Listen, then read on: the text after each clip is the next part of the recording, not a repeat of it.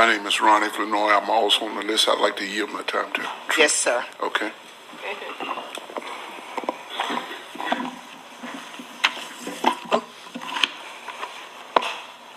See, I wasn't first on the list, so I wasn't ready.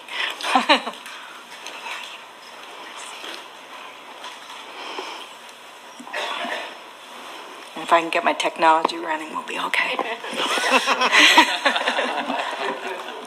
Okay, my name is Dr. Trudy Jermanovich, and I come before you today to thank Chair Osgood for listening and allowing time for public speakers at, quote, 5 p.m. What? 5 p.m. Hopefully in the future we can expand the number to more than 10 speakers at 5 p.m. since that's when most people are available to address their concerns to the board. If you decided not to have speakers at noon, you could have more speakers at 5 p.m. without interruption. And I understand what was said earlier. I agree. I think it's great that we do have. But you saw the interest. They were here for speakers. They weren't here for that item. It just happened the item was of interest to them. So this is really great that you're doing it. I also wish to thank each of you for listening to the public and making the decision that the school board of Broward County would agree with the order by Judge Karen Givers and re-enroll Brandy Paternoster's twins into 4th grade and not hold them back in 3rd grade at Manatee Bay. The Broward Teachers Union worked tirelessly with the Opt Out Florida Network to bring these concerns to your attention. This is how an historic blow to the test and punish environment which has proliferated in the state of Florida against students and teachers in our public schools. So thank you for listening, and thank you for doing the right thing for students and teachers. And here we have something for you. You want to give it? I only have a couple of them, so you have to put them somewhere up there. We were really pleased that that occurred and that you decided to support those parents. Now I have to switch to a very serious matter that I was not able to address earlier because of the interruption of Hurricane Matthew. A group of concerned citizens created a survey monkey evaluation for Mr. Runcie and the board as his employer. It was a 4-question survey which was completed by close to 500 respondents. You have the results in the packet which I gave you. You may say that these questions are biased, and I would explain that though they may appear negative, they are based on facts which have been in the news. The Citizens Committee, which put out the survey, believed that they needed to be worded in a stark manner to get your attention.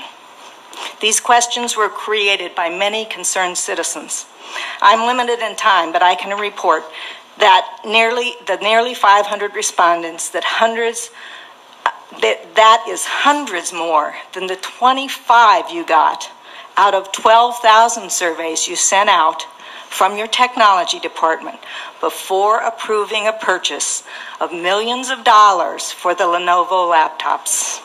Remember that. I do. The results, as you can see, were that the public overwhelmingly feels there's a serious need for improvement in all areas for this superintendent. Over 70% of the respondents rated him unsatisfactory, with nearly 20% rating him in need of improvement. Please consider these results as you make your decisions in the future. The key is that this superintendent needs to take a more concerted effort at listening and involving teachers before any new programs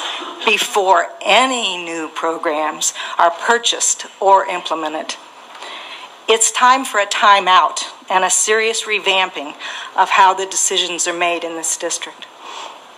I had hoped that our superintendent would be more like the one in New York. Here's a letter that he sent out. The school reform debate is reaching a super crescendo. The latest wake-up call from the U.S. Department of Education highlights the fact that we are running out of time to stop the imprudent attempts at reformers to make the case that public schools need to be fixed by them. By them, I mean both educators and businessmen and women who believe they know the answers. The school reform debate is reaching a super crescendo. The latest wake-up call from the U.S. Department of Education highlights the fact that we are running out of time to stop the imprudent attempts at reformers to make the case that public schools need to be fixed by them. By them, I mean both educators and businessmen and women who believe they know the answers. The U.S. Secretary of Education, John King's latest unchild-friendly, that's a new word, doubling down on the importance of standardized tests, tells me he's unfit for his office. Secretary King is not only bad for students, he's terrible for teachers and principals as well. The man has zero business leading the nation's public schools. To think the U.S. Department of Education will now hold teacher preparation programs accountable for how their teacher graduates perform as teachers, merely based on the student's success on standardized tests, begs the question, when will this insanity end? I challenge our school superintendents to publicly denounce this latest atrocity to our school system. We must stand together and declare enough is enough. Now is the time to choose sides. Are you on the side of the reformers who want at every turn to increase charter schools at public school expense and myopically overemphasize test scores and weaken unions? Or are you on the side of public school advocates who fight for equity and opportunities for all students? Let me make this crystal clear to all school reformers out there. Socioeconomic status is the most relevant determinant of student success in school. The problem is you already know that. Thank you. Thank you.